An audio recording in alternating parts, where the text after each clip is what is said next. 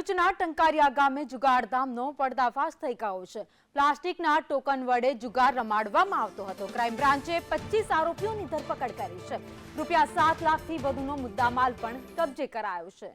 ભરૂચના ટંકારિયા ગામે ચાલતા જુગારધામના જે ખેલાડીઓ હતા એ તમામને ઝડપી લેવામાં આવ્યા છે। તમામ જુગારીઓ છે જેમને પોલીસે ઝડપી પાડ્યા છે। ક્રાઇમ બ્રાન્ચે દરોડા પાડ્યા હતા અને પ્લાસ્ટિકના ટોકન વડે તમામ લોકો જુગાર રમતા હતા। જો કે તમામને હાલ પોલીસે ઝડપી પાડી પોલીસ સ્ટેશન લઈ આવ્યા છે।